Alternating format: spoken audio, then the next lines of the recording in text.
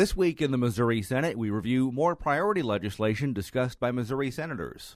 Senate Bill 182, Senator from the 2nd. The week began with discussion of Senate Bill 182. Sponsor, Senator Bob Onder of Lake St. Louis, tells his colleagues his Fairness in Public Construction Act addresses union-only project labor agreements. Union-only PLAs essentially ensure that all work on a public project is done by union contractors or those non-union contractors that will acquiesce to the union's demands.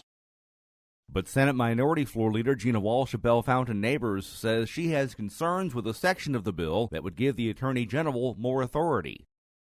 Are we going to legislate what people can talk about in their municipalities, in their aldermanic meetings? They should police themselves. Ignorance is no excuse of the law. The measure was taken up again on Tuesday afternoon. I move that Senate substitute for Senate Bill 182. Senator Onder says the current law dates back 10 years. They weren't felt to meet those criteria, and yet the PLA was enacted anyway. There was appeal to the Labor and Industrial Relations Commission that was supposed to look at whether the O'Fallon PLA met those criteria. Senator John Rizzo of Kansas City says he does not see how this could benefit Missouri. All get to the same conclusion, and that conclusion is to bring down wages, to put more profits into the top part of business in this state.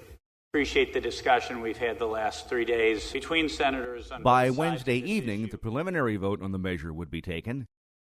Before the perfection vote, the sponsor spoke one final time. Being able to build the school buildings or the libraries or the city halls that are being built with their own tax dollars is just plain unfair, and it can have the effect of artificially increasing the cost of those projects. Senator Walsh says this is the second measure to pass through the Missouri Senate this session that hurts unions, which represents 8% of Missouri's population. That 8%, that 485,000, that's all union membership. That's not the construction industry. So we're talking about even less people than that. Senate Bill 182 still awaits a final vote before it could be sent to the Missouri House of Representatives for its consideration. The cuts that you see in the book is to the tune of $572 million. We're still cutting education, revenue's up. Late last week, Missouri senators got their first look at the governor's proposed budget for fiscal year 2018. The appropriations panel began dissecting the budget this week. Missouri's fiscal year 2018 budget has to be sent to the governor no later than 6 p.m. on Friday, May 5th. And remember, you can follow these and other issues facing the Missouri Senate by visiting our website, senate.mo.gov. Reporting from the state capitol, I'm Dean Morgan.